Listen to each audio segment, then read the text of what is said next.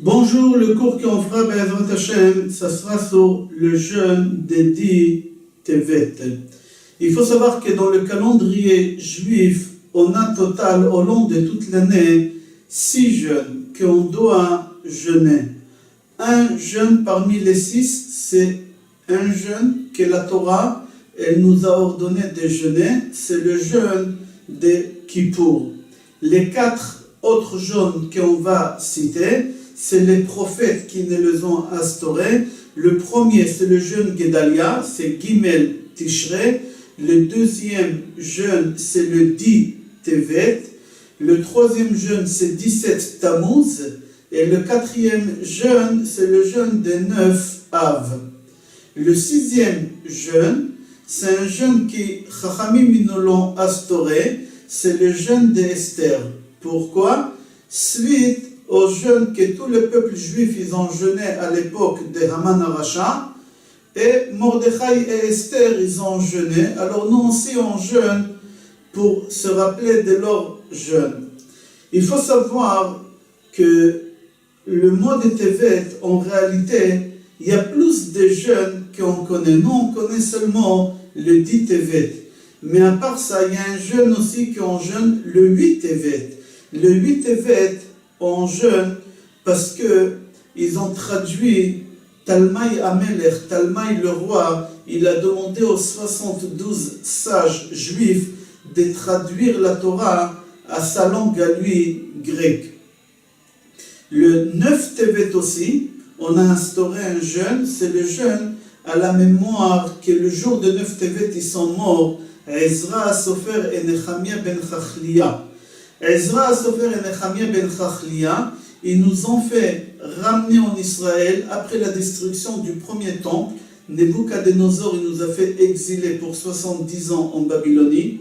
Et à la fin de ces 70 ans, il y a Koresh, le roi, il nous a autorisé à retourner en Israël et reconstruire le deuxième Beth Amikdash qu'il a tenu 420 ans. Et à la mémoire de ces deux, on jeûne. Le premier, c'est à la mémoire d'Ezra Sofer, et le deuxième, Nechemia ben Chachlia. Maintenant, entre parenthèses, ce n'était pas prévu que je parle de ça. Maran Shulchan Aruch dit qu'on a l'habitude de jeûner le 9 Tevet, mais on ne sait pas pourquoi. Maran Shulchan Aruch, il nous donne une loi qu'on doit jeûner le 9 Tevet, mais il dit, je ne sais pas pourquoi, mais c'est bien de jeûner. C'est bizarre. C'est bizarre pourquoi Maran dit ça. Maran, il a voulu cacher quelque chose. Maran dit que normalement, on ne doit pas jeûner à la mémoire des personnes qui sont mortes. Parce qu'il y a beaucoup de personnes qui sont mortes. Si on va jeûner pour chacun, alors toute l'année, ça va être jeûne. Mon cher Rabbeinu, le 7 Adar, et chacun quand il est mort, ça va être toute l'année de jeûne. Alors comment ça se fait que vous dites qu'on jeûne le 9 Tevet à la mémoire d'Ezra et Nechemia? Alors c'est pas celle-là la raison, mais je ne sais pas pourquoi. Comme ça, Maran dit. Mais dans un de ses livres, c'est rapporté qu'il n'a pas voulu crier sur les toits pour ne pas mettre la communauté en danger à l'époque. Pourquoi c'est bien de jeûner le 9 Tevet? Et il dit parce que le 9 Tevet, il est né le Tamé, Imar Shimon Vezichro, Yeshu. Jésus, il est né le 9 Tevet, et c'est considéré pour nous, pour une journée noire. Alors on jeûne le 9 Tevet. Mais il n'a pas voulu écrire ça dans Shulchan Aruch. Je continue la parenthèse. Il faut savoir qu'on a 12 mois dans l'année. Et on a 12 tribus. Chaque tribu est là le mois qui lui correspond. Le mois de Tevet, on l'appelle le mois noir. La raison, je dis pourquoi. Quelle tribu? On l'appelle la tribu noire aussi. C'est la tribu de Dan. Parce que Jésus, il était juif. Il vient d'une tribu, de la tribu de Dan. Alors la tribu de Dan qui est noire, elle correspond au mois noir, le mois de Tevet. Pourquoi? Parce qu'il est né le 9 Tevet. On va refermer la parenthèse. Si vous voulez avoir en détail c'était qui cette personne-là, vous allez voir un film qu'on a fait déjà un cours, La vérité sur JC. Et là-bas, vous allez avoir pendant 1 heure un cours en détail. Je referme la parenthèse et on continue le cours dédie Tevet. Il y en a qui jeûnent aussi le 23 Tevet. Pourquoi? Parce que l'Inquisition en Espagne, elle était pendant le mois de Tevet, c'était en l'an 1478. Le jeûne dédie Tevet, on l'appelle aussi Yom HaKadish, la journée de Kaddish. Pourquoi? La prière de Kaddish, on l'a fait à la mémoire des morts. Il y a beaucoup de nos frères juifs qui sont morts, sans laisser derrière eux des enfants, des descendants, pour qu'ils leur fassent le Kaddish. Alors le rabbin a instauré une journée dans l'année qu'on l'appelle la journée de Kaddish. C'est pour tous nos frères juifs qui sont morts sans laisser derrière eux des descendants pour qu'ils puissent leur faire Kaddish. Alors on voit que le mois de Tevet, il est vraiment noir. Alors ce cours-ci aussi, que ce soit à la mémoire aussi de ces personnes qui ont disparu et qu'il n'y a personne pour faire Kaddish et faire des études pour eux, Be'ezrat Hashem, Shetiyeh Nishmatam Tzroura, Bitzror Achaim. Le jeûne des 10 Tevet, on l'appelle le 10e jeûne. C'est pas parce que ça tombe le 10 Tevet, c'est parce que le mois de Tevet, c'est le 10e mois. Chaque jeûne, il a un numéro. Mais pourquoi ces numéros? C'est par rapport au mois. Le premier mois de l'année, c'est Nissan, Iyar, Sivan, Tammuz, Av, Elul, Tishrei, Cheshvan, Kislev, Tevet. Le 10e mois de l'année, c'est Tevet. On continue. Il faut savoir que le 10 Tevet, on jeûne. Mais pourquoi on jeûne? On n'a pas détruit le Beth Amikdash le 10 Tevet. On sait bien que les deux Beth Amikdash, le premier et le deuxième Beth Amikdash, ils étaient détruits le 9 Av. Alors pourquoi on jeûne le 10 Tevet? Parce qu'ils ont encerclé Yerushalayim pendant 2 ans et demi, et après ils ont détruit le Beth Amikdash le 9 Tevet. Est-ce que c'est là vraiment la raison? Ça, qu'est-ce qu'on enseigne aux enfants dans les écoles? Parce qu'on a encerclé Yerushalayim le 10 Tevet.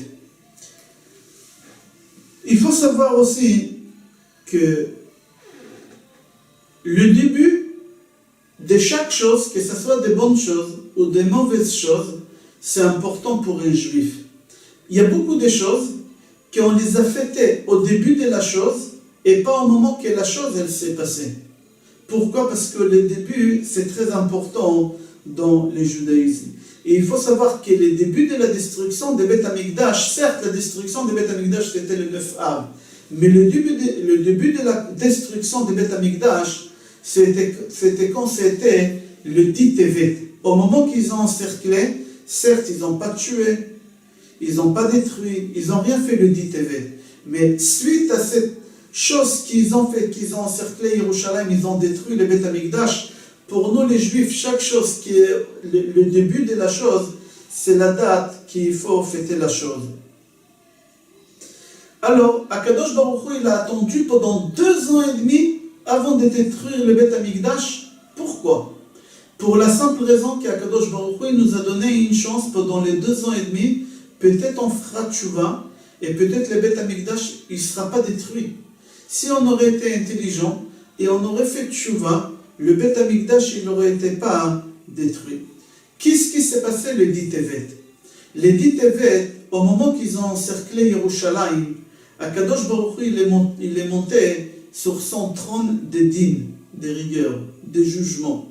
Et il a jugé le béné Israël, est-ce qu'il va détruire le Beth Amikdash ou il ne va pas détruire le Beth Amikdash? Et Akadosh Baruch Hu il a décidé, avec tous les malachim, de ne pas détruire le Beth Amikdash maintenant. On va attendre 2 ans et demi, peut-être ils vont faire tchouva. C'était ça qu'est-ce qu'Akadosh Baruch Hu il a décidé le 10 Tevet. C'est-à-dire le 10 Tevet, on est passé au tribunal céleste. Est-ce que le Beth Amikdash il va être détruit? Oui ou non? Et Akadosh Baruch Hu il a décidé que le Beth Amikdash il sera détruit le 10 Tevet. Il a décidé, mais c'était quand est-ce? Le 9 Av, 2 ans et demi après. Qui a construit le Beth Amikdash, le premier Beth Amikdash? David ou Shlomo, son fils? On sait bien tous que c'est Shlomo HaMelech qui a construit le Beth Amikdash. Alors la question qu'elle se pose, il y a une psaume dans Tehillim, le psaume Lamed, c'est marqué là-bas, Mizmor Shir Chanukat Abayit le David, que David il a inauguré le Beth Amikdash. Comment on peut dire que David il a inauguré le Beth Amikdash, puisqu'on sait que ce n'est pas lui qui l'a construit, c'est son fils Shlomo qui l'a construit. D'ici on apprend que le début de la chose, c'est très important chez les Juifs. Et le début de la chose, la première personne qui a eu l'idée de construire le Beth Amikdash, il ne l'a pas construit, mais il a eu l'idée de construire le Beth Amikdash, c'était David Amelech. C'est-à-dire quoi? Certes, David il n'a pas eu le mérite de construire, mais il a eu l'idée, puisque c'est lui le premier qui a eu l'idée. Alors on a écrit ce psaume de Tehillim, le 30, que c'est David Amelech, il a inauguré le Beth Amikdash. Chazal disent, nos Chachamim disent, que chaque génération qui n'ont pas eu le mérite que le Beth Amikdash va être construit dans leur génération, c'est comme si qu'il était détruit dans leur génération. C'est-à-dire chaque génération, elle doit se sentir coupable de la destruction du Beth Amikdash s'ils n'ont pas eu cette chance que le Beth Amikdash sera construit dans leur génération. Chacun doit se sentir une responsabilité. Il faut savoir que Chachamim, ils ont instauré des jeûnes pour qu'on regarde en avant et pas en arrière. Au moment qu'on jeûne, ce n'est pas pour le passé, c'est pour le futur qu'on jeûne. Il faut savoir qu'on doit jeûner parce qu'il va se passer quelque chose au futur. Si on jeûne les 10 Tevet, il y a une raison au futur, il va se passer quelque chose. Si on jeûne le Kippour, le jour des Kippour, le 10 Tishrei, parce qu'il va se passer quelque chose pendant l'année. Akadosh Baruch Hu, il nous a jugé à Rosh Hashanah, et il va nous tamponner à Kippour, alors on jeûne le jour des tampons, parce qu'il va se passer quelque chose. Le juif, il doit regarder en avant et pas en arrière. Certes, on doit regarder notre histoire, on doit la transmettre à nos enfants, mais il faut toujours regarder en même temps en avant. Toujours il faut regarder en avant. Alors, il faut savoir qu'un juif qui vit avec une qualité de vie exceptionnelle, confortable, en Israël ou à l'étranger, et il n'essaye pas de sentir un peu le malheur que le peuple juif, que ses frères, ils ont passé il y a 1000 ans, il y a 500 ans, il y a 2000 ans, alors cette personne, il fait un péché. Pourquoi? Parce que chaque juif, il doit participer dans le malheur de la communauté. C'est lui qui ne veut pas jeûner au moment que toute la communauté jeûne, alors il n'aura pas le mérite de participer avec eux à la joie de la construction du troisième Beth Amikdash, à la joie de la venue de Mashiach. Puisque tu n'as pas participé avec nous notre peine, notre chagrin, tu ne vas pas participer avec nous notre joie. Il faut regarder et en arrière et en avant. C'est marqué dans le prophète Zacharie, qui nous promet, je lis à l'intérieur dans Zacharie, Kohamar Hashem Tsevakot, voici la parole de Hashem. Tzomar Vei, le jeûne du 4e mois, Tzomar Hamishi, le jeûne du 5e mois, Tzomar Shvi'i, le jeûne du 7e mois, Vetzomar Asiri, le jeûne du 10e mois, Iye le Bet Yehuda le Sasson ou le Simcha, ou le Moadim Tovim, Ve'aemet, Ve'ashalom, Aevo. Tout celui qui va participer au malheur qu'on a eu, alors il va participer à la joie qu'on aura. Mais il faut faire attention, regardez bien. Au moment que le prophète Zacharie nous parle ici, il ne nous parle pas des jours de joie, il nous parle des jours de fête. C'est encore beaucoup plus fort. Il y a un jour de joie et il y a un jour de fête. Ici, le prophète Zacharie nous promet que ces jours qu'on est en train de jeûner maintenant, ils vont se transformer en jours de fête. On va revenir à notre question. Pourquoi en réalité on jeûne les 10 TV, puisqu'on a dit que tous les jeûnes qu'on jeûne, c'est en regardant en avant et pas en arrière. Le jeûne des 10 TV, c'est parce qu'on a été encerclé il y a 2000 ans. C'est pour cela qu'on jeûne. Mais on a dit qu'il faut regarder en avant. On n'a pas le droit de jeûner pour le passé, il faut jeûner pour le futur. Par exemple, comme on a dit à Kippour, on jeûne pour le futur, pour l'année qui arrive. Par exemple, le jeûne des rêves, Ta'anit Chalom, c'est lui qui fait un cauchemar. Il doit jeûner. Pourquoi? Parce que le rêve, c'est le futur. Et en plus, si le rêve, on l'a fait vendredi soir, c'est cauchemar, on a le droit de jeûner Shabbat.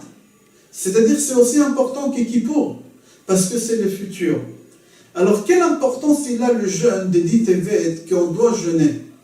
Abu Darham, dans son livre, dit que le jeûne de 10 Tevet, s'il tombe Shabbat, on doit jeûner Shabbat. Entre parenthèses, n'ayez pas peur, le jeûne de 10 Tevet, maintenant il ne tombera jamais Shabbat. Avant, oui, avant qu'il ait la Zaken, il a instauré le calendrier, le jeûne de 10 Tevet, il tombait Shabbat et on jeûnait Shabbat, comme Kippour. Parce que le jeûne de 10 Tevet, ce n'est pas parce qu'il est très court, il n'est pas important. Le jeûne de 10 Tevet, il est court, mais il est aussi important que le jeûne de Kippour. Il est plus important que Tisha B'Av. Il est plus important que le 17 Tammuz. Il y a des gens qui font très attention le jeûne de 17 Tammuz, le jeûne de 9 Av, ils font très attention. Mais ils ne font pas attention au jeûne de 10 Tevet parce qu'il dit il est court, c'est rien. Pourquoi? Alors vous allez voir pourquoi. Pourquoi c'est aussi important que Kippour. Venez, on va aller chercher le jeûne de Kippour dans la Torah.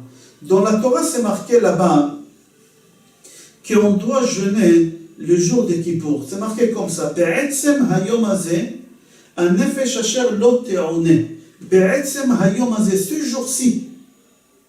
C'est-à-dire quoi ce jour-ci? Chachamim, ils ont appris ce jour-ci, même si ça tombe Shabbat, Kippour, on doit jeûner.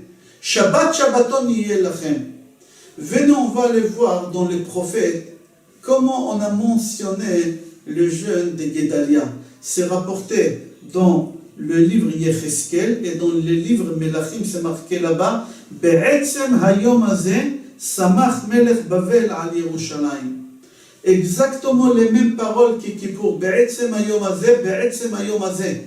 10 Tevet et Kippour, c'est exactement la même chose. Chachamim, ils nous enseignent. Comme Kippour, s'il tombe Shabbat, le 10 Tevet, s'il tombe Shabbat, on doit jeûner. Pourquoi on a comparé 10 Tevet avec Kippour? Pourquoi c'est aussi important? On a dit au début du cours que les 10 Tevet, Akadosh Baruch Hu, il est monté sur Kiseh Hadin, sur le trône de rigueur, de jugement, et il nous a jugé est-ce qu'il va détruire le Beth Amikdash, oui ou non.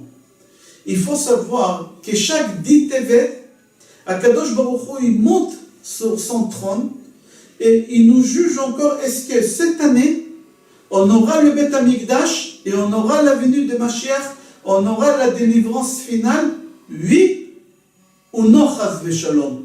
C'est-à-dire quoi? Que si on jeûne le 10 Tevet, c'est pas parce qu'on a encerclé Yerushalayim, on ne jeûne pas pour le passé, on jeûne pour le futur. Toute la journée on prie, qu'on attend la venue de Mashiach, la construction du troisième Beth Amikdash. Si toute l'année tu pries comme ça, le 10 Tevet, c'est le jour qu'Akadosh Baruch Hu va juger, est-ce que cette année je vais construire le troisième Beth Amikdash, est-ce que je vais envoyer le Mashiach? Tellement il est important le jeûne de 10 Tevet. Cette réponse, c'est le Khatam Sofer, il rapporte. Le Khatam Sofer dit, comme à Rosh Hashanah, Akadosh Baruch Hu, il va nous juger qui va vivre, qui va mourir, chas v'shalom. Pendant la fête de Pessah, on est jugé sur la récolte. Le 10 Tevet, Akadosh Baruch Hu, il nous juge, est-ce qu'on aura le Beth Amikdash et la venue de Mashiach cette année, oui ou non, chas v'shalom. Et on a dit, au début de cours, tout celui qui n'a pas eu le mérite d'avoir la construction des troisième temple dans sa génération, c'est comme s'il a été détruit dans sa génération. Comme tu jeûnes à Kippour, parce que c'est le futur de l'année, c'est le tampon pour l'année, la nouvelle année, tu dois jeûner aussi les 10 Tevet pour l'année à venir. Est-ce que le Mashiach il va venir? Est-ce qu'on aura la construction du troisième Beth Amikdash? On jeûne pour le futur, on ne jeûne pas pour le passé. Mais un peuple qui n'a pas d'histoire, il n'a pas de futur. Nous les Juifs, on a une histoire. On doit la transmettre à nos enfants. On n'a pas le droit d'oublier notre histoire. Mais on doit regarder en même temps au futur. C'est pour ça un Juif, il est différent des autres. Parce que les Juifs, ils regardent et derrière et devant tout le temps. Be'ezrat Hashem, je vous souhaite qu'on aura le mérite d'avoir la construction Be'ezrat Hashem et la venue de Mashiach dans notre génération Be'ezrat Hashem cette année et qu'on n'aura pas besoin de jeûner dans 2 jours.